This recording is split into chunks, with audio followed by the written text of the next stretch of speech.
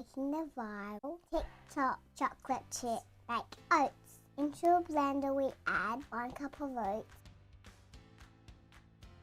1 banana, 1 egg from your chickens, half a cup of coconut milk, 1 teaspoon of vanilla, 1 teaspoon of baking soda, a pinch of salt, 1 tablespoon of nut butter. My mum made cashew butter today. 2 tablespoons of maple syrup. Add the chocolate chips. And now we blend until smooth.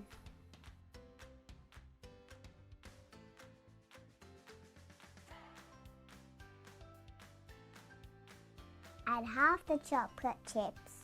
Eat a few and then mix.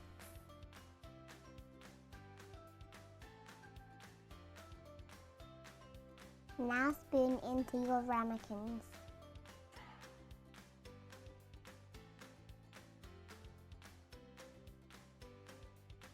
Top with a few chocolate chips. Then we bake in the oven for 25 minutes. Then we let it cool and eat it up nice and yummy.